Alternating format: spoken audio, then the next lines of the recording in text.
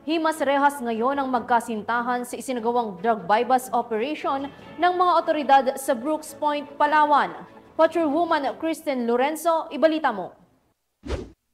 Matayang nagkakahalaga ng 28,590 pesos na halaga ng shabu ang nasamsam sa isang bypass operation na isinagawa ng pinagsamang pwersa ng Provincial Drug Enforcement Unit Palawan at Brooks Point Municipal Police Station sa koordinasyon ng PIDEA 4B.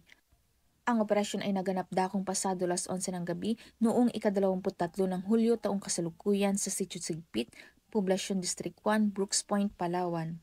Kinilala ang mga suspek sa alias na Mar, 33 taong gulang, residente ng Barangay San Jose, Puerto Princesa City, at Weng, 33 taong gulang, residente ng Barangay Rio, Tuba, Bataraza, Palawan. Sa isinagawang bypass operation, nabilhan ang isa sa mga suspek ng isang pakete ng shabu na tumitimbang ng 0.36 gramo na nagkakahalaga ng 1,000 pesos. Sa patuloy na body search, nakuha pa mula sa mga suspek ang 5 pakete na naglalaman din ng pinaniniwalaang shabu na tumitimbang ng 16.97 gramo at isa pang bukas na pakete na naglalaman ng 0.38 gramo na shabu. Sa kabuuan, umabot ng 19.06 gramo ang nakumpiskang ilegal na droga mula sa mga sospek. Ang mga nakumpiskang ilegal na droga at mga naarestong sospek ay nasa kustodiya na ng Brooks Point Municipal Police Station. Mahaharap ang mga sospek sa kasong paglabag sa RA 9165 o ang Comprehensive Dangerous Drugs Act of 2002.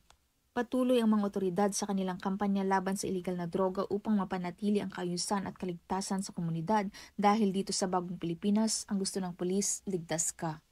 Mula dito sa Home of the Police, Eco Warriors, Calapan City, Oriental Mindoro, ako ang inyong PNN correspondent, Patrolwoman Kristen Lorenzo, alagad ng batas, tagataguyod ng balitang pulis.